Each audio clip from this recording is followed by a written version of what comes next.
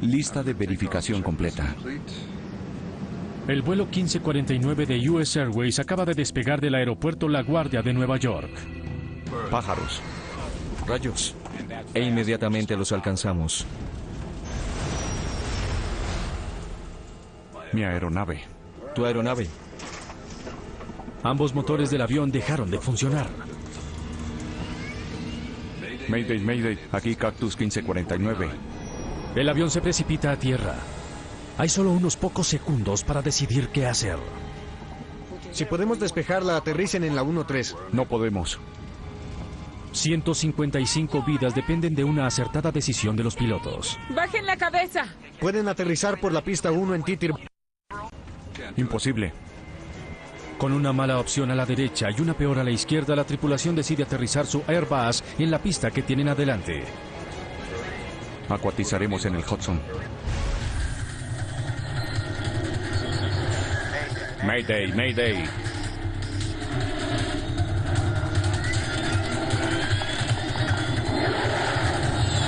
Catástrofes aéreas. Esta es una historia verdadera. Está basada en informes oficiales y declaraciones de testigos oculares. Aterrizaje heroico en el Hudson. Enero 15 de 2009. El aeropuerto La Guardia de Nueva York al mediodía. Les pido un momento de su atención. El vuelo 1549 de US Airways es corto, desde la ciudad de Nueva York hasta Charlotte, Carolina del Norte. Creo que hará menos frío en Charlotte. El cojín de la silla sirve como dispositivo de flotación. En la cabina de mando están el capitán Chesley Sullenberger, de 57 años, Despegue. y el primer oficial Jeffrey Skiles, de 49. Estábamos retardados porque el tiempo estuvo malo más temprano, pero en ese momento el tiempo había mejorado para nuestro despegue. Solo había nubes esponjosas. 28, soltar frenos. Punto 28 para Cactus 1549. 150 pasajeros están a bordo del Airbus 320 de fabricación europea. El empresario Clay Presley va camino a casa en Charlotte. Llegué al aeropuerto La Guardia. Hacía mucho frío, había nevado ese día y se aproximaba una tormenta. Queríamos estar seguros de alcanzar el vuelo. Podrían cancelar o demorar los vuelos posteriores. La tripulación había volado una hora antes desde Charlotte con Sullenberger en los controles. Tus frenos, tu aeronave. El primer oficial Skiles volará el avión de regreso a Charlotte. Mi aeronave. Es corriente compartir los deberes de los pilotos en esta forma. Pista 4, autorizados para despegue. Cactus 1549, autorizado. Este viaje es la última etapa de una secuencia de vuelos de 4 días para ambos hombres. Hicimos las comunicaciones habituales. Fue un despegue normal. Procedimientos previos normales. No hubo absolutamente nada que indicara que este despegue sería diferente a cualquier otro de toda mi carrera. Pero al final del día serán la tripulación más famosa del planeta. Tren de aterrizaje.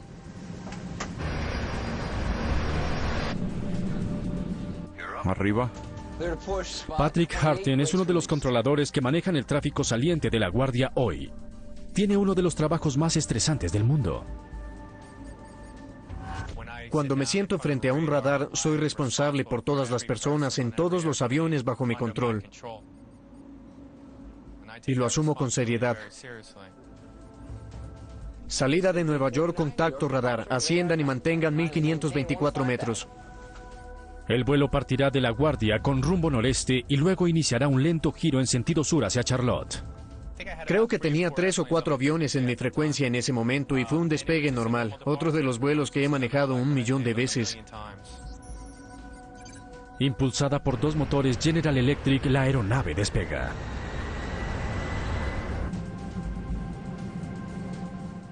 $200 metros ascendiendo a 1500.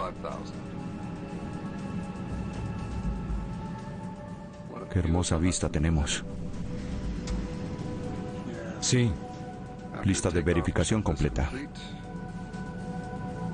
El vuelo 1549 viaja a poco menos de 400 kilómetros por hora. Lleva solo 1 minuto y medio en el aire. Vi algo de reojo ligeramente a nuestra derecha, pero frente a nosotros había una formación de aves, pájaros. Estaba muy cerca, demasiado cerca para poder maniobrar y pasarles por el lado. E inmediatamente los alcanzamos. Se sentía la potencia del avión al avanzar y luego se oyó un fuerte estruendo.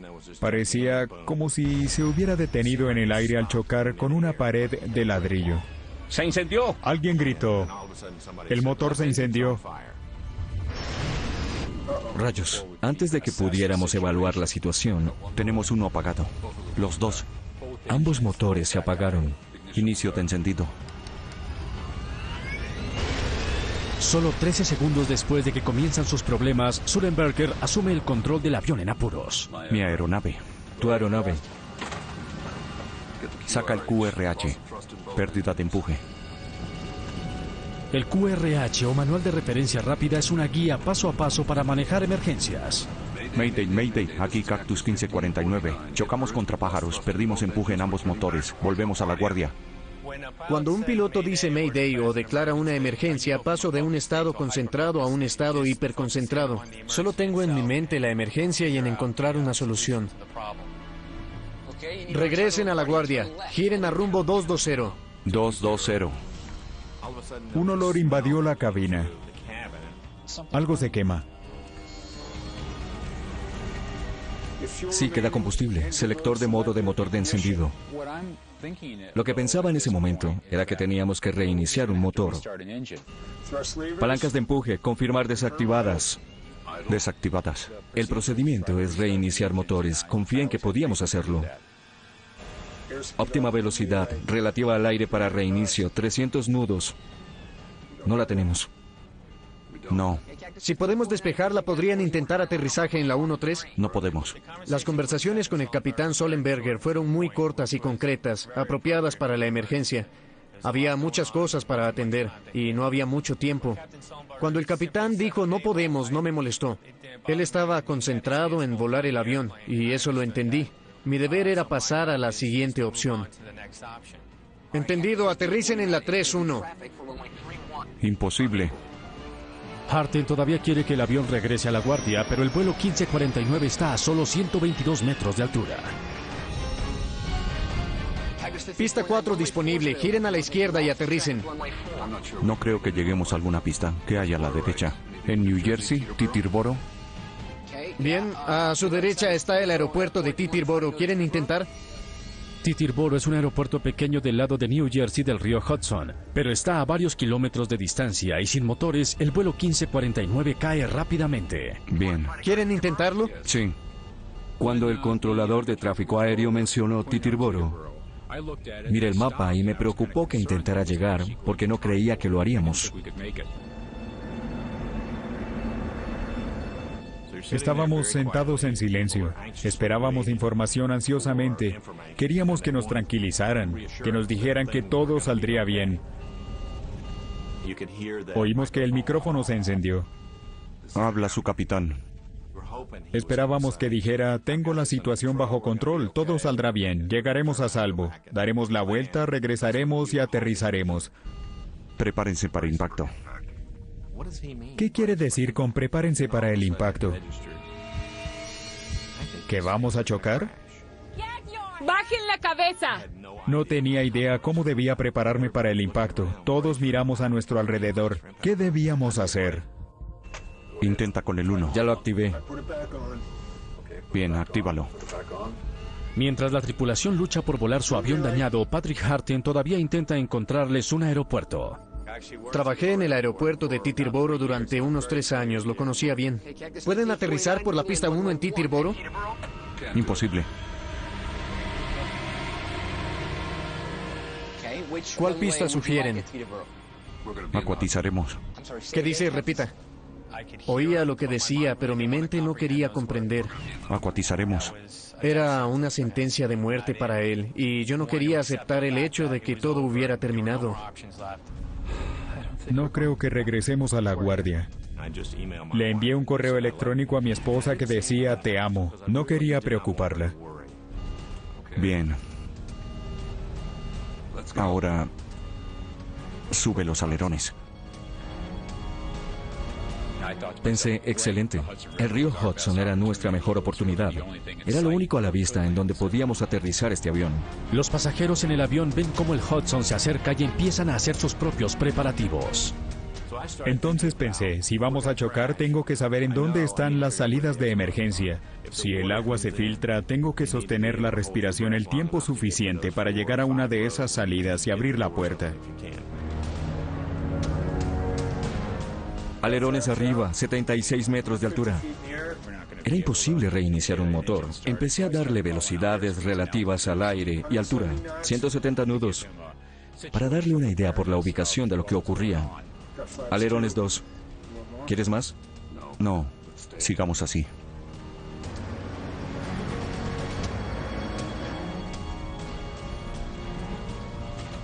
¿Tienes otra idea? No. Estábamos concentrados y siempre creí que todo saldría bien. Por debajo de 91 metros, el radar de Patrick Harten no capta el avión. El vuelo 1549 desaparece. Cuando la aeronave desapareció de mi radar, asumí que no habría sobrevivientes.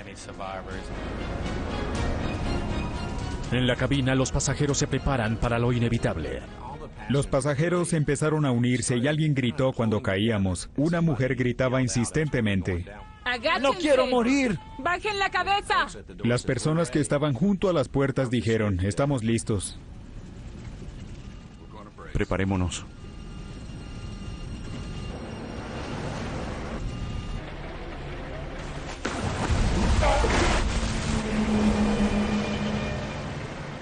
Parecía que el avión fuera a llegar hasta el fondo del río Hudson. Lo único que veíamos era una cascada de agua sobre el parabrisas. Me sentí como en un tornado. Caían pedazos de avión. Algunas personas se golpearon. Luego el avión flotó y se mecía suavemente por la corriente.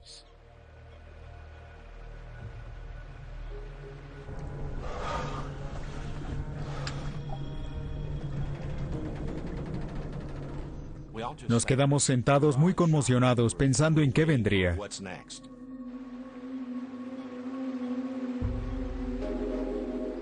El vuelo 1549 de US Airways estuvo en el aire solamente 5 minutos y 8 segundos. Después de un aterrizaje extraordinario, los pasajeros y la tripulación ahora afrontan un nuevo peligro. El avión tiene filtraciones. El agua helada del Hudson entra a la cabina.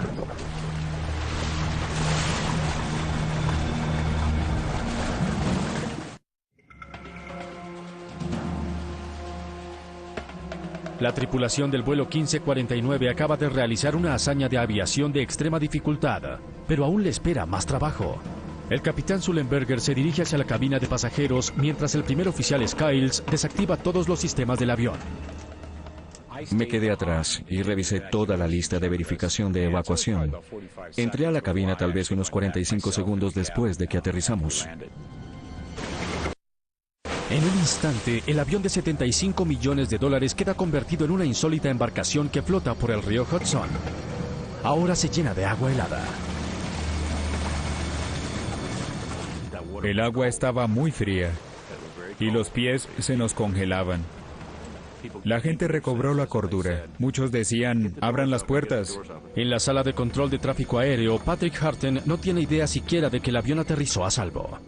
No creí que alguien pudiera sobrevivir a un acuatizaje así. No era un buen momento para mí, no estaba en condiciones de controlar el tráfico aéreo.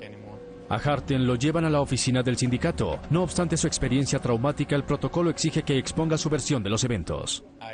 No quería hablar con nadie, solo quería esconderme bajo una roca. Necesitaba que mi esposa supiera lo que había pasado, pero sabía que no podía hablar con ella porque estaba en un estado frágil y no quería derrumbarme. Le mandé un mensaje de texto muy sencillo que decía, tuve un accidente, no estoy bien, no puedo hablar ahora.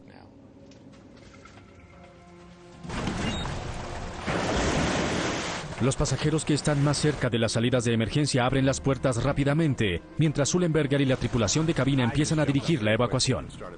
Me levanté rápidamente y me dirigí hacia la salida de emergencia. En pocos pasos salí al ala. Los demás tenían sus dispositivos de flotación, sacaron los cojines de sus sillas o tenían chalecos salvavidas. Yo no tenía nada.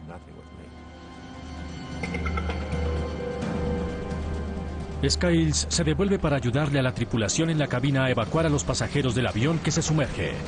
Sabe que no tienen mucho tiempo y uno de los asistentes de vuelo está herido. Regresé a la mitad de la cabina. Sully, 2 hombres y yo sacamos los cojines de las sillas y los chalecos salvavidas y los distribuimos. Miré a mi alrededor tratando de evaluar la situación. ¿Explotaría el avión? ¿Qué ocurriría? 6 u 8 personas saltaron al agua, temblaban de frío. Les ayudamos a volver y los subimos al ala. En la parte posterior del avión el agua sigue entrando. A los pasajeros se les pide que pasen en la parte de adelante para salir. ¡Dense prisa! Esta pesada embarcación no flotará por mucho tiempo.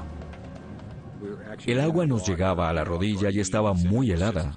Cualquier parte del cuerpo que estuviera dentro del agua dolía hasta los huesos. ¡Vengan, hacia adelante! ¿Hay alguien aquí?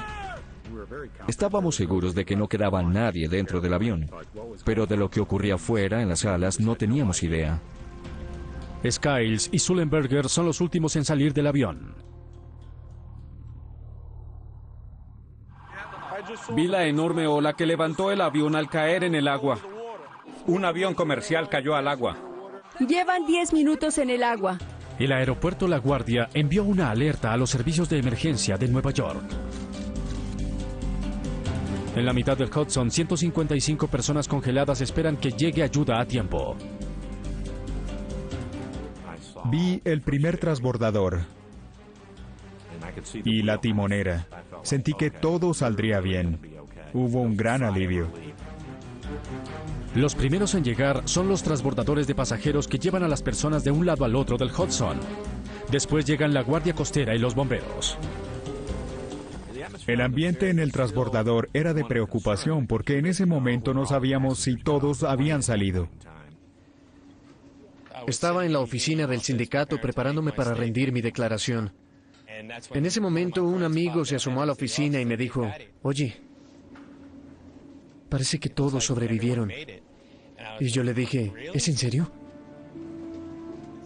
Era una noticia increíble. Seguía traumatizado por el evento en sí, pero el hecho de que todos sobrevivieran fue como si me quitaran el peso del mundo de los hombros.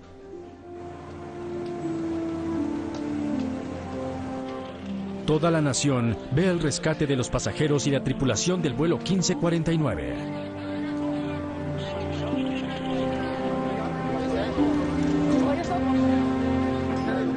Hace frío. Oye, ¿estás bien? Sí. Igual que muchos otros alrededor del mundo, los investigadores de la NTSB o Junta Nacional de Seguridad del Transporte están viendo las imágenes. Vean esto. Nos enteramos del accidente antes de iniciar la investigación. Los canales de televisión mostraron la aeronave dentro del río.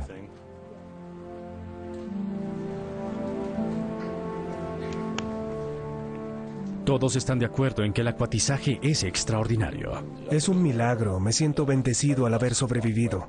Me acerqué al capitán y le dije, quiero que sepa que salvó mi vida y la vida de todos aquí. Para mí, estábamos muertos y todos salimos vivos de eso. Es un milagro.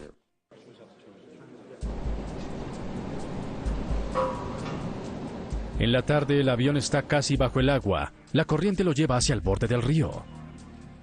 La aeronave estaba atada al muelle. Fuimos a verla para saber a qué nos enfrentaríamos, aunque no podíamos hacer mucho de noche. Llega Harold Reichel, investigador de la NTSB. El agua estaba oscura. Solo vimos la cola, la mayor parte del fuselaje y una de las alas que estaban bajo el agua. Sabíamos que sería difícil sacarlo y llevarlo a un lugar en donde pudiéramos examinar sus componentes en forma controlada. Para los investigadores es una situación poco usual. Normalmente su tarea principal es descubrir la causa de un accidente. En el caso del vuelo 1549 la causa parece evidente. Pájaros. Rayos. La llamada de emergencia original fue clara. Mayday, Mayday. Aquí Cactus 1549. Chocamos contra pájaros. Perdimos empuje en ambos motores. Volvemos. Regresen. La tripulación informó que habían chocado contra varias aves inmediatamente después del despegue. Creo que todos sabían que había ocurrido un choque contra unos pájaros. Lo que la gente no sabía era qué clase de aves habían causado el accidente del avión. Pudo ser una combinación de un choque contra unos pájaros y algo más. La tripulación actuó y voló la aeronave acertadamente. Mi aeronave. Tu aeronave. Saca el QRH. El piloto de US Airways logró acuatizar de emergencia en el río Hudson. Los investigadores quieren entrevistar a ambos pilotos, pero debido a su repentina fama no es fácil el acceso a ellos.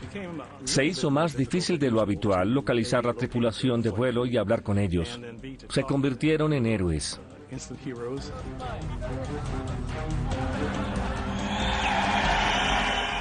Nada en la vida puede prepararnos para el frenesí de los medios en una situación como esta. Y no solo el reconocimiento recién adquirido de los pilotos es un obstáculo para los investigadores como Katherine Wilson. Uno de los aspectos más desafiantes en este caso fue que nadie quería mancillar el nombre del capitán Sollenberger.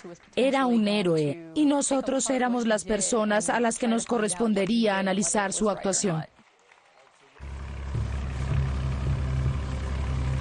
Para probar que las aves causaron el accidente, las autoridades sacaron el avión del agua, pero falta una pieza vital. Nos habían dicho que ambos motores estaban todavía unidos a la aeronave, y eso resultó no ser cierto. La meta era descubrir en dónde estaba el segundo motor.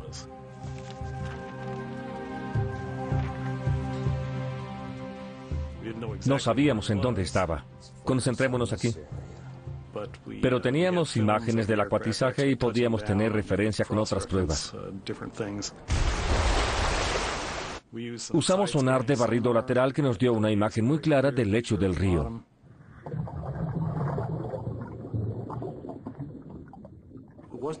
No era fácil de hacer porque el río Hudson tiene corriente y la corriente cambia con el transcurso del día. Finalmente, se necesitaron 3 días para encontrar el motor. En pocos días, el motor recuperado y el resto de la aeronave se llevan a una bodega en New Jersey para que los investigadores puedan estudiar los restos minuciosamente. Desde luego, no podíamos hacerlo a orillas del río Hudson. Ya podrán imaginarse la dificultad para transportar un avión de 45 a 60 metros de largo por una zona tan poblada en New Jersey. Mientras llevan el avión, los investigadores se dedican a estudiar las cajas negras. Oigámosla. Estas estaban en la parte más averiada del avión, la cola. La grabadora de voz de la cabina de mando y la caja negra estaban en estado impecable. La aeronave sufrió daños considerables en su parte posterior, pero las grabadoras sobrevivieron. Tuvimos suerte, bajamos toda la información. ¡Rayos! Tenemos uno apagado. Los dos. La caja negra de la cabina de mando proporciona información vital de la respuesta de la tripulación a la emergencia. Tanto el capitán como el primer oficial actuaron en forma profesional. Inicia encendido. Cada uno tenía sus propias funciones y responsabilidades. Cumplieron con ellas durante el accidente y solo se comunicaron cuando fue necesario. Sube alerones. En el vuelo 1549, tu aeronave. Mi aeronave. En segundos, cada miembro de la tripulación asumió sus responsabilidades individuales. Parte de la razón por la cual manejaron la emergencia en forma tan idónea fue que Jeffrey Skiles acababa de terminar su entrenamiento en Airbus. Era mi primer viaje como piloto de línea regular en el Airbus A320 y acababa de salir de entrenamiento.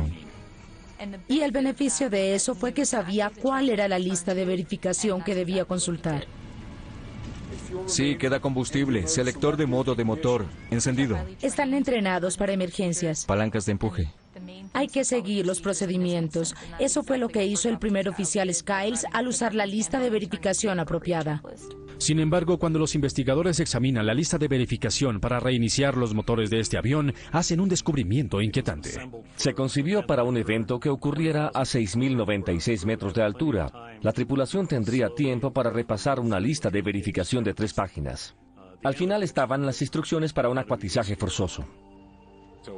Era una lista de verificación de 3 páginas, y solo pude leer página y media en el tiempo que tuvimos. Óptima velocidad para reinicio. Gastaron mucho tiempo reiniciando los motores. Debieron prepararse para el acuatizaje. 300 nudos. No la tenemos. No. Las listas de verificación demasiado complicadas han influido en accidentes aéreos mortales. En 1998 se inició un incendio a bordo de un avión de pasajeros de Swiss Air. La revisión completa de la lista de verificación que usó la tripulación para esta situación les hubiera tomado hasta 30 minutos. Tiempo que no tuvieron.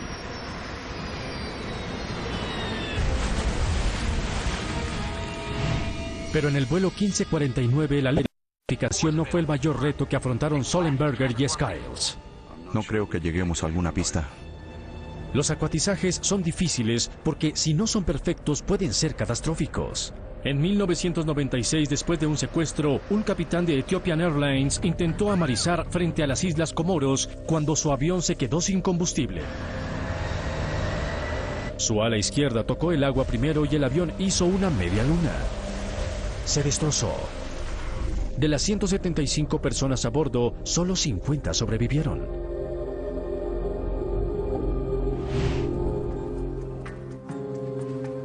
Los investigadores pronto descubren que ninguna de las líneas aéreas principales usa simuladores para enseñarles a sus pilotos a acuatizar. El entrenamiento para acuatizar en un simulador es muy difícil. No tenemos los modelos que simulen con precisión el comportamiento de un avión cuando acuatiza. Sería muy difícil justificar el entrenamiento de los pilotos para esta clase de evento. No obstante, sin haber pasado jamás por una simulación, el capitán Sullenberger hizo casi todo bien. Mantuvo la nariz arriba y las alas niveladas. Dejó que la cola tocara el agua primero, desacelerando el avión lo suficiente para que sobreviviera al impacto.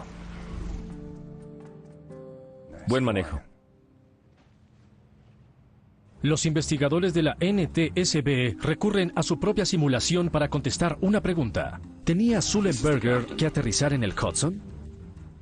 Prepárense. ¿O hubiera podido llegar a una pista? Mayday, Mayday, aquí Cactus 1549, chocamos contra pájaros. Los investigadores estudian las actuaciones de Chelsea Sullenberger y Jeffrey Skiles en los momentos posteriores al choque contra las aves. Encendido. Queríamos saber, ¿hicieron los pilotos lo adecuado? Entonces lo que hicimos en el simulador fue poner a prueba eso. ¿Tenían suficiente energía para regresar a la guardia? Y descubrimos que en un 50% de las pruebas pudieron regresar. No obstante, cuando incluyen una demora de 35 segundos después del choque contra las aves que cubre el intento de la tripulación para reiniciar los motores, todos los pilotos del simulador caen a tierra antes de llegar a la pista. Cuando tuvimos en cuenta el proceso de toma de decisiones del capitán Sullenberger, nos dimos cuenta que no era posible regresar. Pista 4 disponible. Sin lugar a duda, acuatizaremos.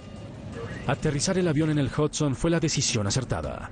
Sullenberger no tenía la suficiente altura para planear hasta la guardia o Titirboro. Tenemos uno apagado. Los dos. Los investigadores también descubren que Sullenberger tomó una decisión que no estaba en la primera parte de la lista de verificación. Decisión que fue determinante para la supervivencia de todas las personas a bordo. Activaré la APU.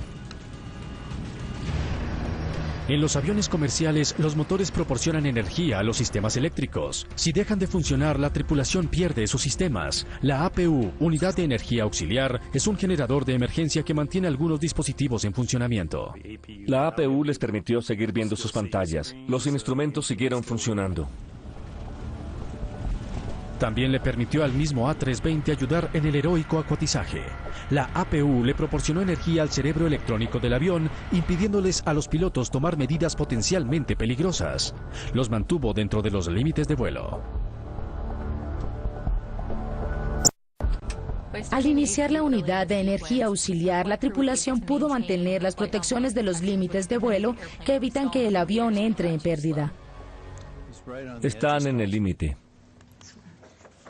La información de vuelo muestra que Sollenberger iba por debajo de la velocidad ideal. La velocidad con respecto al aire llegó a 20 nudos por debajo de la indicada. Pero la computadora de vuelo del A320 está diseñada para ajustar constantemente el cabeceo del avión y evitar que entre en pérdida. El resultado habría sido catastrófico si el avión entra en pérdida. APU. La rápida acción de Sollenberger aseguró el funcionamiento del complejo sistema computarizado del avión. Le dio una red de seguridad automatizada para que tuviera la mejor posibilidad de hacer lo casi imposible. Acuatizaremos. Contamos con una buena tripulación y un buen avión. Bien. Suben los alerones. El capitán tuvo la suficiente presencia de ánimo antes del acuatizaje para dirigirse a su primer oficial. ¿Tienes otra idea? En realidad, no. Estuvieron coordinados hasta el final y eso fue definitivo. Habilidad, entrenamiento y el diseño mismo de la aeronave se combinaron para salvar la vida a 155 personas. Pero los investigadores todavía quieren saber cómo pudieron los pájaros sin utilizar dos motores de propulsión a chorro y si pueden evitar que esto vuelva a ocurrir. 8 días después del accidente, los investigadores finalmente pueden examinar los motores minuciosamente. Richard Dolber ha dedicado gran parte de su carrera a estudiar colisiones entre aves y aviones. Cuando una aeronave choca contra un pájaro, generalmente no queda mucho de él, especialmente si pasa por entre el motor.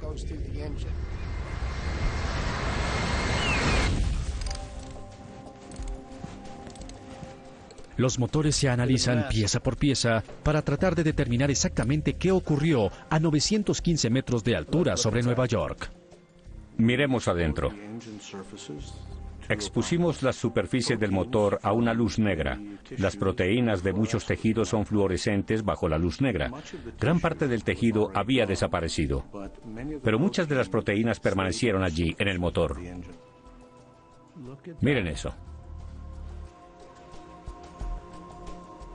Al fondo del motor derecho, los investigadores encuentran una taza más o menos de restos carbonizados. La mayor parte de los restos encontrados eran solo tejido muscular, fragmentos de hueso y minúsculos restos de plumas. Encontré unas 29 muestras en un motor y aproximadamente 14 en el otro. Pero los motores no son la única parte del avión que está averiada. Pájaros. Rayos. La aeronave chocó contra muchas aves. Encontramos evidencia en las alas, los alerones y el fuselaje, pero el avión aún puede volar. La amenaza de los choques contra aves es bien conocida. Los choques contra pájaros son un problema mucho más grande de lo que el público en general se imagina. En los últimos 20 años, 210 aeronaves aproximadamente se han destruido debido a colisiones con ellos. Mayday, Mayday. Este Boeing 757 aspiró un cuervo al despegar de Manchester, Inglaterra. Aterrizó a salvo poco después. En 2008 solamente hubo 4 accidentes dramáticos. Un Boeing 747 succionó un cernícalo con uno de sus motores. La tripulación abortó el despegue y sobrevivió. El avión se destrozó.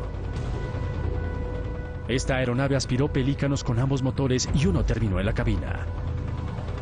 La reparación costó $2 millones. El motor de un M-10 sufrió daños considerables al succionar un ganso salvaje. El costo de la reparación fue de $900,000.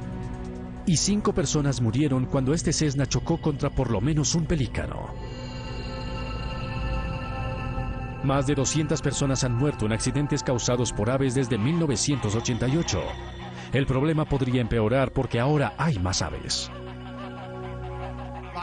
Al restringir el uso de pesticidas tales como el DDT, que eran peligrosos para las aves, hemos visto una considerable recuperación de las poblaciones de especies. Hubo un extraordinario aumento de gansos canadienses, que son residentes, no migratorios. En todo el país, la población ha aumentado de 1 millón a unos 4 millones. En La Guardia, uno de los mayores problemas del aeropuerto es una colonia de gansos residentes en la cercana Rikers Island.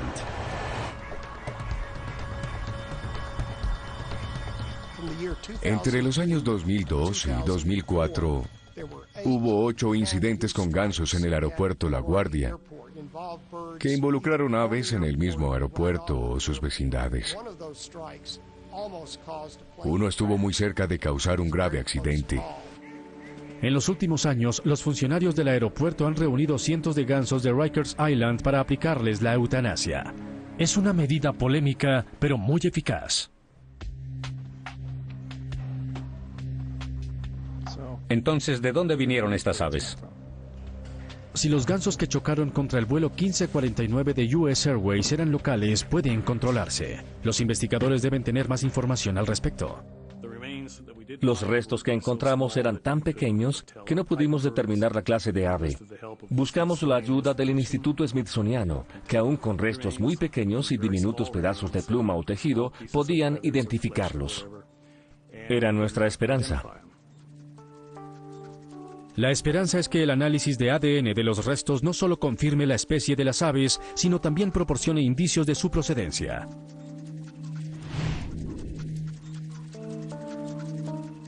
Mientras esperan respuestas, los investigadores se dedican a averiguar cómo unos pocos pájaros pudieron derribar una aeronave de 68 toneladas.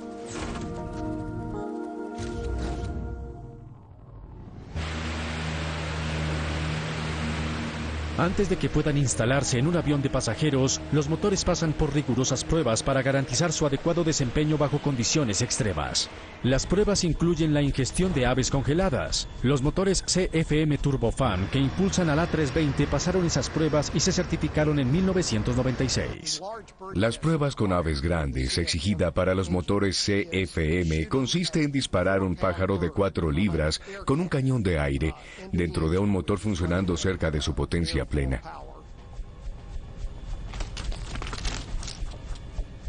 Para pasar, los motores no tienen que seguir funcionando, pero no pueden destruirse.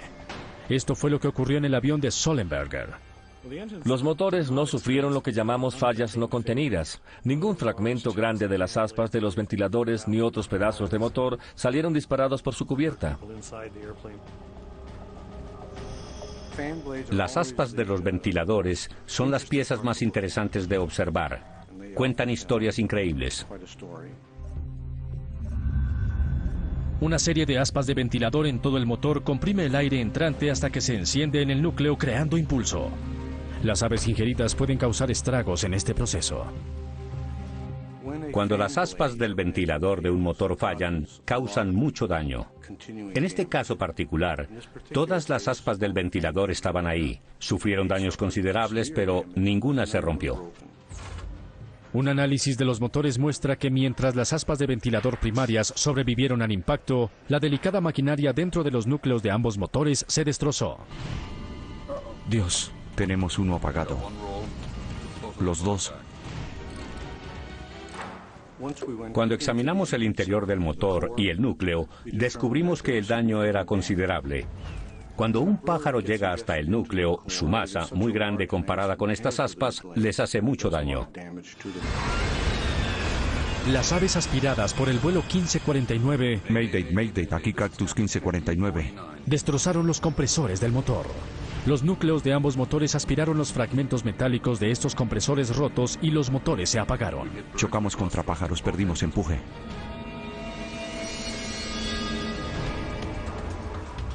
Cuando reciben los resultados de ADN del Instituto Smithsoniano, los investigadores finalmente entienden la razón por la cual se apagaron ambos motores del vuelo 1549. Los pájaros que chocaron contra la aeronave de Sullenberger y Skiles eran gansos canadienses adultos, mucho más grandes que cualquier ave utilizada en las pruebas de los motores. Por ese análisis sabemos que las aves succionadas probablemente cada una pesaba unos 5 kilos. Las pruebas también confirman que por lo menos 4 aves grandes chocaron contra los motores del vuelo 1549. Fue sencillamente demasiado para esos motores. Muy pocas veces un motor absorbe aves y luego se apaga por completo. Es un evento extraño, y más extraño si se trata de ambos motores. Inicio encendido. Y lo particular es que aquí ocurrió con ambos. Los dos se apagaron. Acuatizaremos. La prueba de ADN también muestra que los gansos involucrados en este accidente no eran los gansos locales que la Guardia ha luchado tanto por controlar. Estos eran gansos migratorios que habían estado en el norte de Canadá durante el verano anterior. La colisión entre los gansos migratorios y el vuelo 1549 ocurrió a 7 kilómetros del aeropuerto. Esto quiere decir que ninguno de los programas existentes para reducir el número de aves hubiera podido evitar la colisión. También significa que lo que le ocurrió a ese vuelo podría ocurrir nuevamente si no se encuentra la manera de mantener a las aves y los aviones separados. Whisky 2-1, contacto con radar perdido. Informe 20 DME sudeste. Cada año unos 2 millones de aviones pasan por el espacio aéreo de Nueva York. Las personas en su mayoría no comprenden los problemas que los pájaros pueden causarle a una aeronave. No entienden cómo un organismo pequeño, aparentemente insignificante en comparación con el tamaño de un avión, puede causar accidentes catastróficos.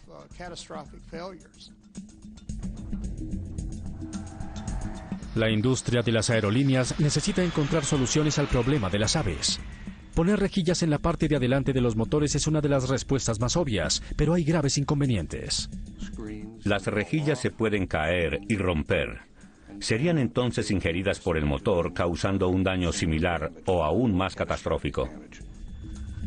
Las rejillas también pueden introducir turbulencia al flujo de aire. Esta turbulencia puede privar los motores de aire, haciéndolos fallar. El tiempo invernal es también un grave problema para las rejillas de los motores. Una rejilla es el lugar ideal para la formación de hielo y lo acumulará rápidamente. Una solución más prometedora se prueba ya en varias ciudades estadounidenses, incluyendo Nueva York. En el aeropuerto John F. Kennedy, un radar especializado escudriña el cielo en busca de aves cerca de los aviones. Casi todos los aeropuertos están equipados con radares que emiten ondas radiales, las cuales sencillamente rebotan de los objetos que están en el cielo. Solo los objetos grandes se ven, y la mayor parte de esta información no se pasa a los controladores de tráfico aéreo. Su campo de acción estaría atestado de objetos. Los mástiles altos de los buques aparecerían en su radar como objetivos bajos. La aglomeración interferiría con el control del tráfico aéreo, y eso no es bueno. Pero ahora un radar para aves finalmente calibrado se prueba en el John F. Kennedy. Detecta aves del tamaño de un colibrí. Si las capta cuando pasan por las rutas de vuelo, podrían alertar a las tripulaciones.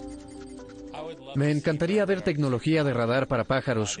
La clave sería cómo incorporarlos sin que aumenten la carga de trabajo para un controlador. Las pruebas continúan, pero el uso generalizado del radar para aves está todavía a años de distancia. Pista 4, autorizados para despegue. Cactus 1549, autorizados. Hasta entonces, las colisiones entre aves y aviones continuarán.